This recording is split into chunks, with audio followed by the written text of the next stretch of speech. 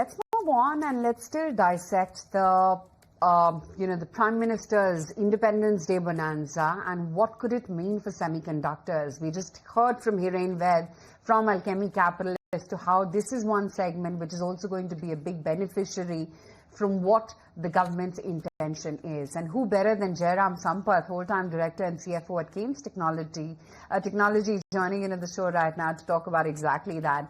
Jairam, hi, morning, good to have you on the show. I just want to take a lead from what the Prime Minister said on Independence Day when he talked about the semiconductor sector, right? Made in India, made for India, made by Indians. And it seems like those semiconductors are likely to hit the markets this year itself.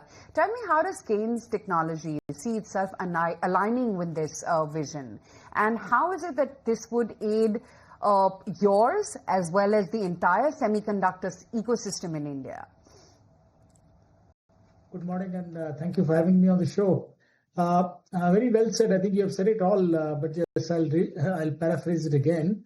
Fundamentally, the plank on which companies will win in the future is technology, and the current government has always looked at it, and they started with the Atmanirbhar Bharat plank.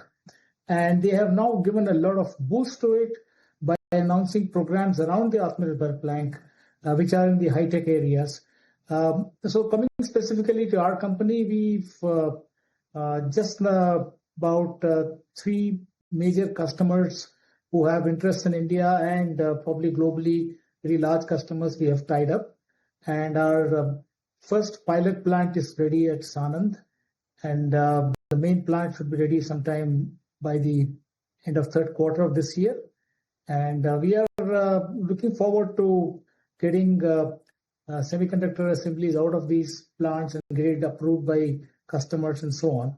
So the good news is that so far there have been excellent traction. When we started, we were looking at what customers we can onboard, etc. But now there's a lot of incoming traction too. So I think the technology plank on which the Prime Minister has launched his speech, and I think we are going to follow through up to about 2047.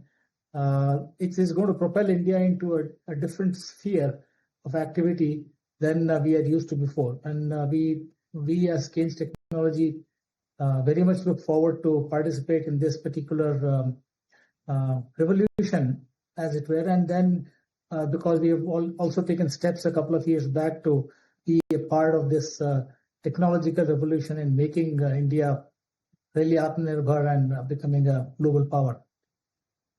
Absolutely. Also, do you see further PLI-linked tailwinds, specifically for Kaynes? Yeah, so already the ECMS program has got certain PLIs, especially in the PC boards and so on. And as far as semiconductors is concerned, I think the first priority is to get good global clients approve our products.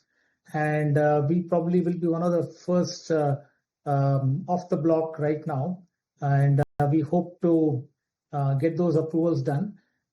If a PLI comes in, yeah, it helps in the initial stages to make sure that, whatever lower productivities that are encountered by companies which start off on these paths are compensated. But nevertheless, I think the technology is the way to fight all of these battles. And we are quite capable of fighting this with or without any further overt government support. Of course, the entire Atmanirbhar Bharat plank is there. What we require is the demand. And the rest of it, I think industry players like us and others will do it. The other thing then, since it always comes down, Jairam, to the nitty-gritties of it all, your order book right now itself stands at a robust 7,400 crore rupees, right? Which is almost 1.6 times your FY26 revenue guidance. Yeah. Is there any back of the envelope calculation? What is it that we are headed in for, say by FY27, or even would you be looking at revising your guidance further? Okay. So as far as we see on ground, we have already done 1 quarter and a couple of months. We are into the second month of the second quarter. So what we have seen tells us that definitely the possibility of achieving our guidance is very strong. And maybe in the second half, we would take a relook at whether we need to do any upward guidance. On the profitability front, it's pretty strong. The sales front, whatever we have guided, I think we stand by it. And our objective of reaching $1 billion by FY28 also seems to be aided by the momentum of the order book. And the order book by FY27 is definitely going to increase. Like I said, next 2-3 years, the order book will increase faster than our sales growth.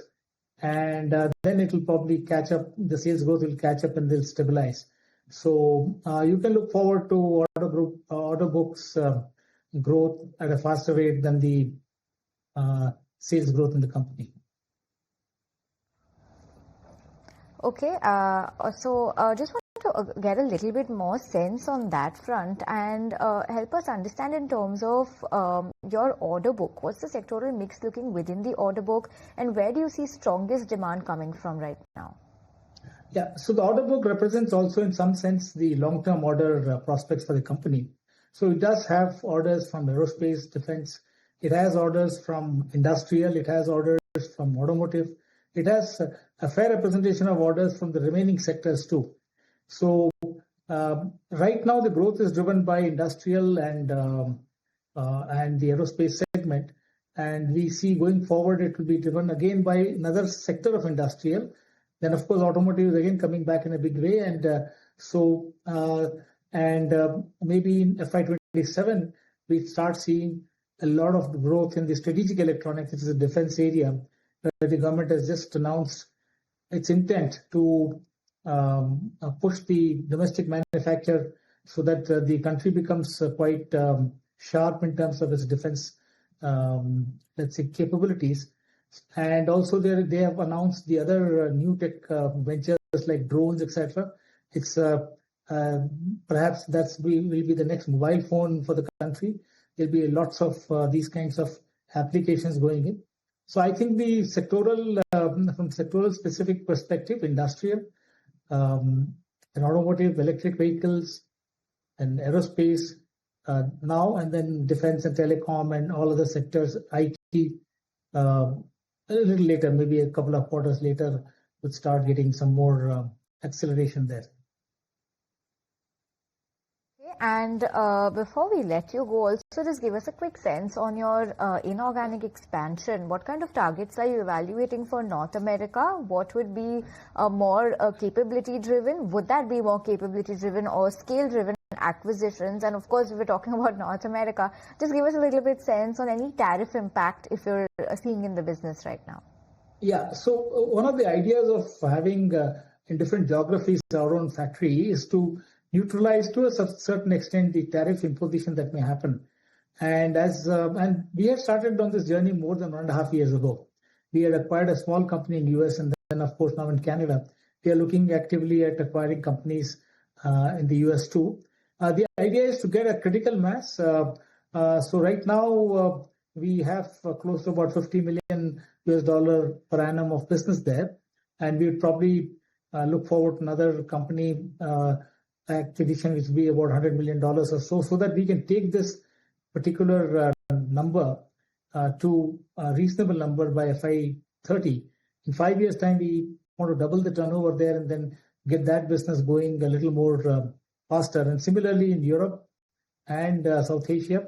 So we are now attempting to become a global company with production bases across the globe. And so that probably is the reason why we are looking at it. Like you correctly said, it will be driven by complementarity and synergy. So complementarity means the companies would have capabilities in areas where we don't probably possess capabilities. And the second thing is synergy. There's something that they are doing there could help us either increase revenues here or reduce costs here. So that the consolidated numbers, what we have set for ourselves, like a 50% CAGR for next foreseeable future, and an let's say increasing amount of EBITDA numbers going forward. Jairam, thank you for joining with us and giving us a view of your plans going ahead. I wish you luck for the coming quarters.